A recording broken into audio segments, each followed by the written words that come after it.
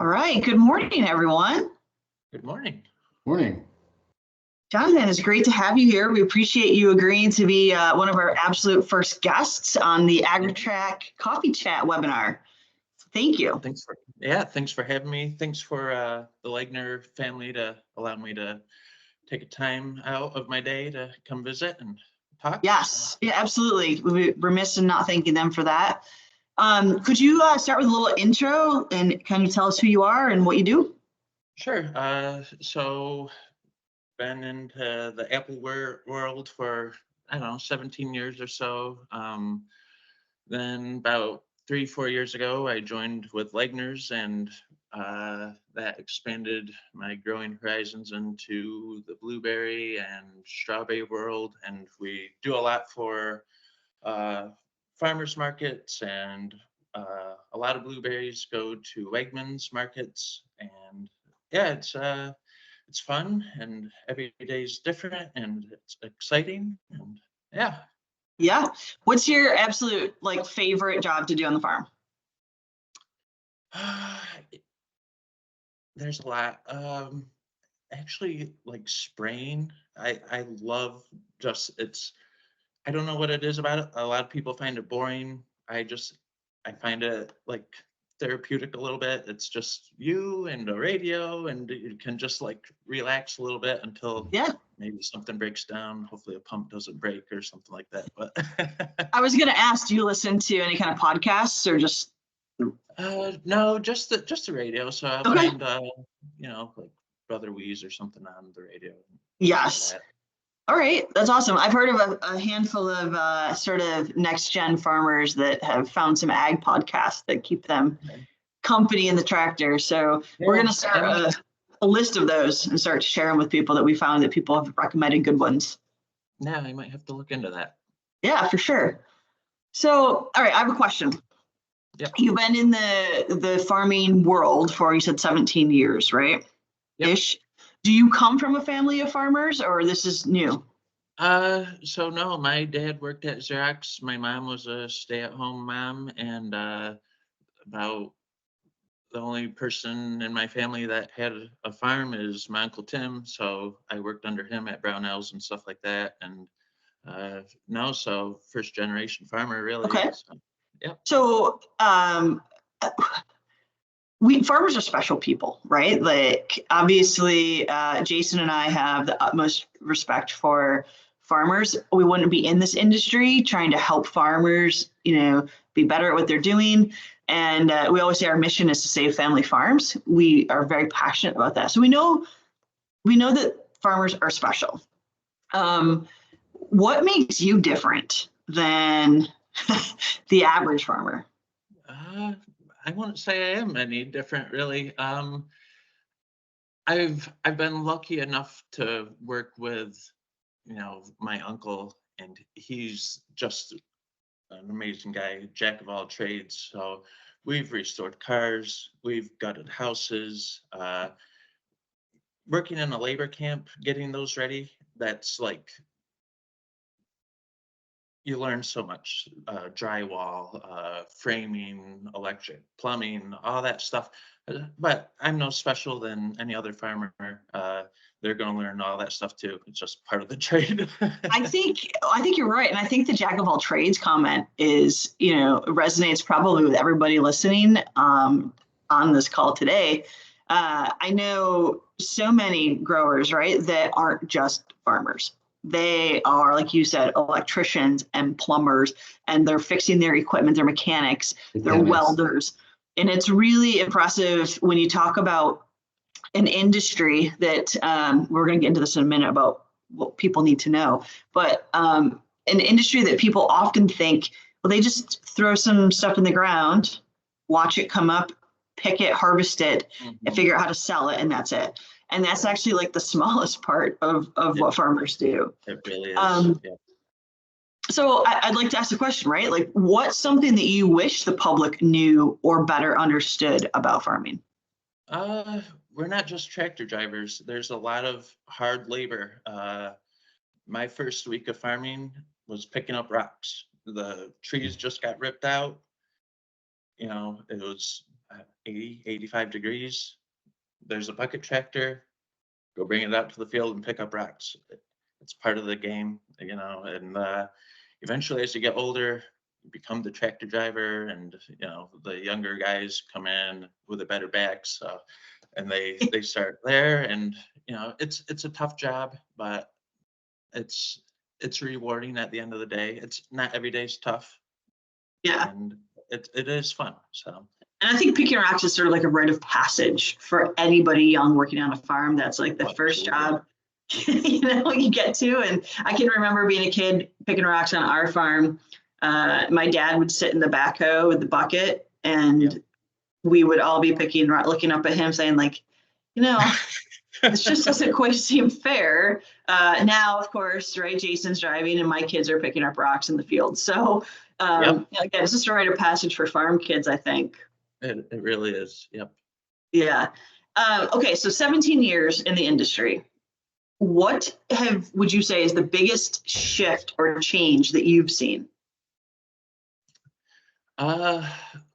Labor, I guess. I talked with Lynn Fish at the Wegmans safety meeting, produce safety meeting, and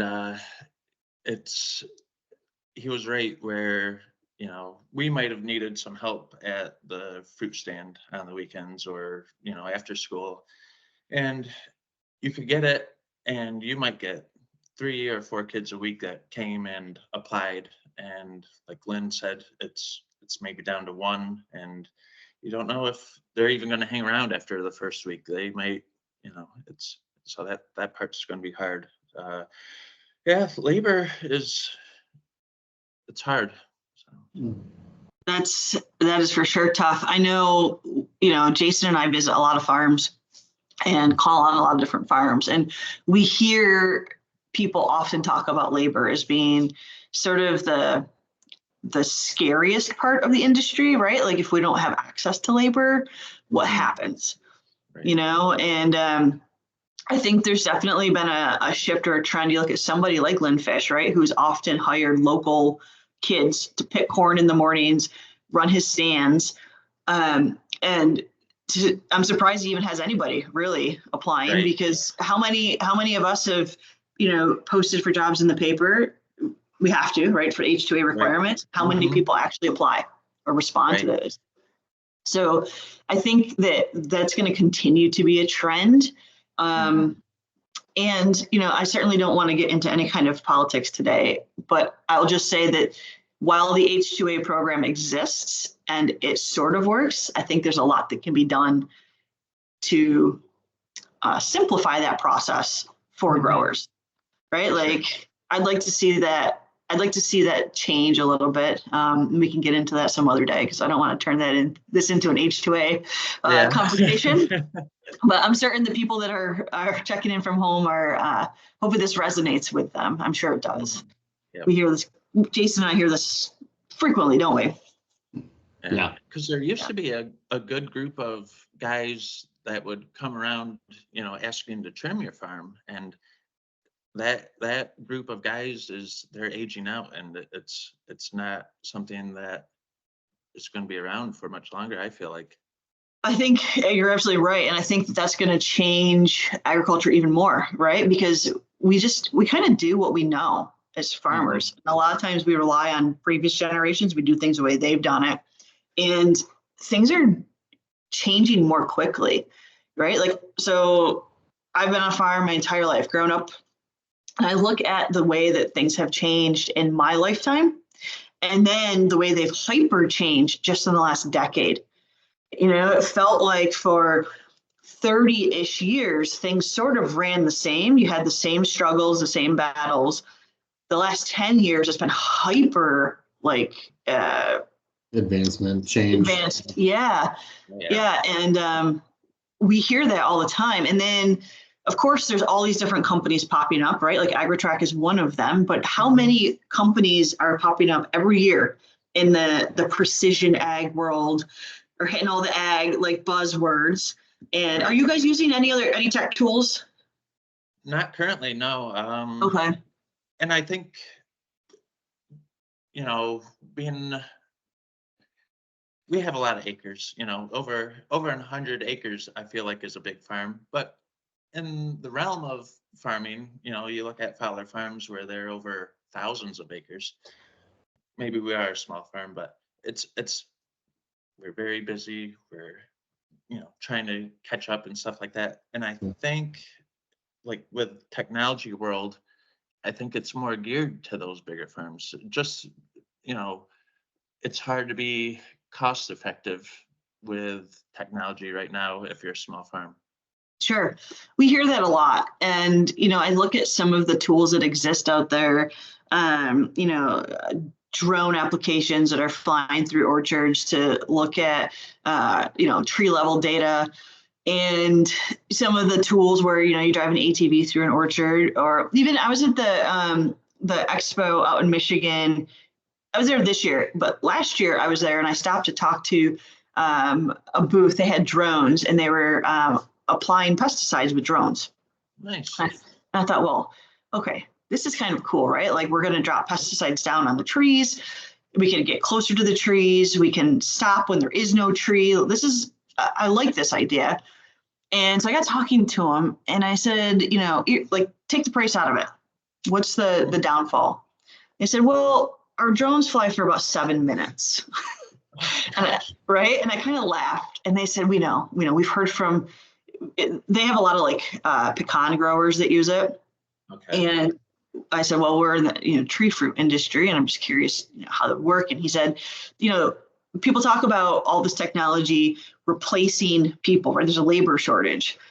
But he said, it's going to be a long time before this type of technology actually replaces people, because if our device can only fly 7 minutes, let's say it can fly 30 minutes, we're going to like 4x this, right? Somebody still has to go retrieve it, fill it, yep, let it go again. And so that person in the 30-minute period can't go work somewhere else. Right? Exactly. Yep. So I asked him, I said, like, how does this work practically? What do your farms that currently use this technology today do? And he said, well, we have somebody at ATV who usually follows it. And I said, well, wouldn't that just be the same as spraying? I was really pushing back and poking back. And that's what our customers do to us. They push and they poke. And as you should, right? You should ask all the questions. Yeah. But I do think we're a ways out from some of these really cool, tech things, from just being that kind of cool, shiny object that farmers say, wouldn't that be cool? It's like, how do we actually implement that, use it, right, and make it cost effective? And I think that's the challenge that anybody in the tech field is going to have today. For sure. When you're trying to sell a tool. And so it's interesting to hear your perspective on that. Have you seen any like of those cool, shiny objects that draw your attention?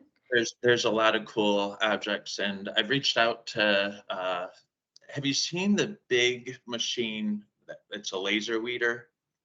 And I asked if they could do strawberries and they go, no, we can't do that, because wouldn't that be awesome? You know how much hand labor is involved if you're not on plastic mulch, right? Yep. The amount of hand labor and sure. So if you could send a laser weeder down there on strawberries and be done with it, that'd be awesome. Other ones, Orchard Robotics, Vivid Machines, they have the cameras, so they can go up and down the rows. They can tell you how many apples are on a tree, bushels per acre, and so that's cool. And you'd be able to know how many apples you're going to have bin wise, where they're, maybe you can find a home for them, Mott's contracts and fresh fruit buyers and stuff like that. After that, what are you using it for? Unless you can incorporate it into your pest management program, are they going to be able to find? Well, it's the thing is, a lot of these are like it's going to help you with one thing, and how do you justify the cost around that? We were kind of in the same strawberry vein, looking at some robotic harvesters, right? Oh, we were in, they were in a business competition with Agri-Trak, And so Okay. we, of course, we're the two like ag tech companies. We're, talking about everything. And we're looking at, how these harvesters are picking berries. And then I'm thinking like logically to how this works in the field, right? Like how, when you're people in the field hand harvesting, they're picking quarts, filling flats, the flats get taken to a cool place because of course it's 90 degrees out when we're picking strawberries, right? Mm-hmm. And how is an automatic harvester going to replace that whole process? It can't. There's no way. And so what are we doing? Are we reducing labor? Are we creating the same amount of labor, but the employees don't have as hard of a job at hand? Like what are these tools doing? Are they you have to replace at some point, right? We all know that margins are smaller and smaller every day, if you could even call them that. We have no control over it, right? So it makes it really difficult. And so how, like, implementing some of these tools, that's why I call them the shiny new object. It looks fantastic, but is it going to actually save time, money, and replace something, or is it in addition to? And then, a challenge that I think every ag tech company has, Agri-Trak included, is the implementation on a farm. So once you get past the like, okay, as a farm owner or manager, I believe this tool is going to work for us. I believe it's going to save us time and money. How do we get buy-in from everybody on our farm to use this tool and use it properly? Because if it's not used properly, it doesn't really make sense. Right, exactly. Yep. Yeah. And so I think that that's going to be a challenge. I don't know, Jason, do you have any input there? I think it's going to be a challenge for a lot of companies. Yeah, I mean, I think when you look at any kind of implementation across industries, but I think especially in agriculture, that implementation piece of it is it's the big change, right? And that's the thing that I found to be, farmers and growers are definitely vocal about like, well, what does this look like and what's involved and how much is this going to disrupt our day to day, and how are we going to make sure that everybody really gets bought in? So I guess the advice I'd give to anybody out there that's looking at implementing any type of technology is to really ask about that implementation part of it from the company's perspective. Like, how are they going to come alongside and help you ensure success? Because actually, again, across industries, but especially I think in agriculture, a lot of new customers tend to fall out during that period. Is our understanding is like they're great, they're excited, and then once implementation comes, it's just the lift is too heavy. It's too challenging, and they're just like, you know what, I just don't think this is going to work, which is unfortunate. Right. Yep. Interesting. Yeah, I've never been on that side of trying to sell technology to people, so that's interesting to hear that part. So I'm going to ask another kind of big high level question. When you think about the future of farming and you look a year, 2, maybe even 3 years out, how do you see it changing? Not for the worse, but for the better. For the better. Well, luckily I was at the Mott's tour with your dad yesterday, and so Mott's is putting in more lines. They can sell everything they have, and so they're investing into that company, and that's huge. As a grower, you kind of feel a little bit of relief that maybe you've drove around, you've seen the amount of apples that are hanging on the tree still. Maybe we can get rid of those finally. Maybe we can I don't know, like, you were around drops.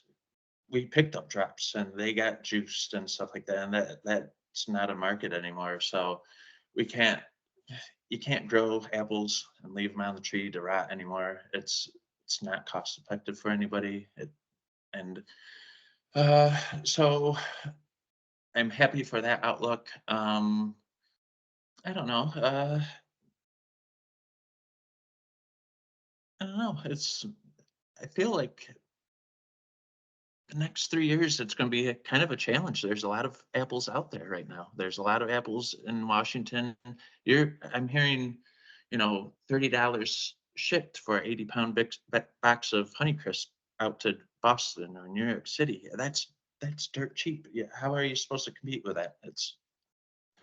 Yeah. That part's worried, but Yeah. So it's hard to see it changing for the better, right? Like, right, yeah. Yeah, I think that's a challenge of any grower today is when you look at the future, it doesn't feel as bright as I think any of us would hope that it would, right? Mhm. Like margins are shrinking, markets are changing, consumer demand is changing. And like, I'd be remiss to not say like there's something going on with the climate, right? Right. It's certainly changed in upstate New York, that's for sure. Yes. And I look at like what the implications of that are, right? We've had a lot more freezes and hail events and things that like we used to be like once every 10 to 15 years or like every Right. third year now, right? It's Yeah. just, Yep. and that increase with the like unknown variables, I think makes that outlook really scary. What, I've certainly lived through the times when consumer demand has really changed the market. And nobody wants these old apples anymore. You guys do for cider, right? Like, Right. Yeah. Yep. We do like those. there's like a renaissance there, right? The cider industry is like has Mhm. brought back some of these really old apples, but consumer demand has changed that so quickly. And then you see all of these different apple packers or universities are trying to develop that next best Right. apple, and it's so much money is being put into that. And I wonder, is there too much confusion for the consumer? There definitely could be. I talk about this with Mark and Jake all the time. Give me a John of Gold out of storage after it's been treated with 1 MCP. That's my favorite apple of all time. It got rid of that waxy feeling that you had in like the 90s before that chemical was developed. It's a great apple. And I Honeycrisp is fine. Premiers are better. You're getting rid of the bitter pit and stuff like that. Washington, you know, they're making a big push with Cosmic Crisp right now. And I get you want that next best thing, but when is it going to be too much? We're already seeing it with Honeycrisp prices. Like Premiers, you probably got a good pack out because it was a little bit earlier than full on Honeycrisp. And then the pack outs for Honeycrisp, they're good, but they're not what they were 5 years ago. Good, Right. but it. Well, and look at how many have gone in the ground in the last eight years. Yep. Right. Yep. So yeah, you go ahead and finish. I didn't mean to interrupt you. No, it's fine. But yeah. So it's at what point do you stop trying to look for that new apple? That's the problem, right? And that's big business. There's a lot of money in finding that next big apple. And I look at it a lot like, so Jason and I spend a lot of our weeks talking to investors. They're looking for that next big thing that's going to take off and make sense. And I think that the apple industry is doing the same thing. What's that next big thing? Yep. So, all right, we have time, I think, for at least one more kind of pretty hefty question for you. So we know, right, statistics have shown that family farms in the US are struggling. And many of them are actually tapping out and deciding like, we're done, we're not going to continue. So in your mind, do you have any thoughts around this? What maybe could be the cause of this and how can we change that outcome? Yeah, right off the bat, it's I don't feel like family farms are just handed down. I feel like if I were to buy my uncle's farm, right, that's his retirement. Do I want to spend and carry the weight of $2 million? Yeah, it's a turnkey farm, and you can get all that equipment and the bins. What if you have a bad year? crop insurance is only going so far. Mm-hmm. But if you have another bad year, then you're really stuck. So how can we change? How can we fix that?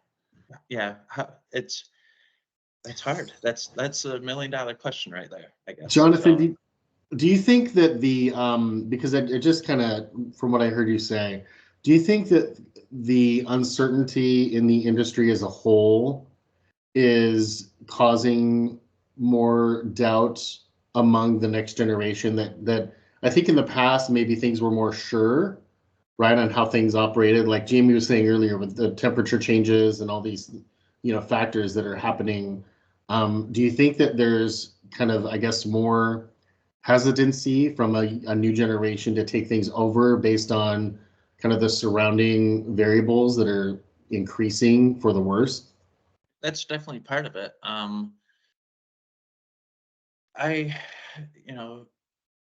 I don't think you'd want to buy a farm or start a farm without at least having a MOTS contract in our area. Like at least then you're pretty sure that you're selling apples. Right now, you're looking at packing houses that are already full. Maybe they don't want to bring on another customer, or a grower. So that's a variable. And farming's hard work. It's not very many people are going to want to go to work, roll up their sleeves, get dirty, get greasy, pick up rocks. So, but that's, like I say, that's not every day. You're not doing that every day. There's the work ethic that you're going to get from farming it's phenomenal. What you learn, like I say, mechanic, plumbing, drywall, framing, all that, you learn so much, and it's a great summer job for kids. Anybody that has, high schoolers that look for a job, come our way. So, that's what we need. That's awesome. That's great. I guess one final question. Sure. Somebody wants to get started in farming today. What's the biggest piece of advice you'd give them? Talk to the guys that have owned a farm for a while. Talk to your dad. Talk to Mark Lagoner. Talk to Tom Demery. They're the older generation. They're going to give you the best advice. That hands down. And it's going to be hard. And there's going to be days where you're going to want to quit. Stick with it. And I'm sure you're going to be able to make it somehow. But yeah, that's what I would suggest. Well, that just kind of goes back to validate Jason and I are always talking about the ag industry is a multi-generational industry, no matter how you kind of slice it, right? Like so much knowledge gets passed down, and so many practices. Even though we have very progressive growers, there's no doubt that they're talking to the old guys, right? The old guard of how did you do it and why? And there's little nuggets to glean from that. And so I think if you are somebody who's not been in the ag industry and wants to jump in today, that's a heavy lift, right? Like there's a lot if you don't have people in your court that have already been doing this to give you some advice. Right. Yeah. And I mean, look at if you're going high density orchards, right? And you're looking at so you 15,000 an acre to do that right now? It's a lot. Maybe 12 if you grow your own trees. Maybe 12 if you grow your own trees, but right? Like that's not easy either. So the expense is insane. I mean, it just is. It's not something that you can just say tomorrow I'd like to do. Right. I had no idea.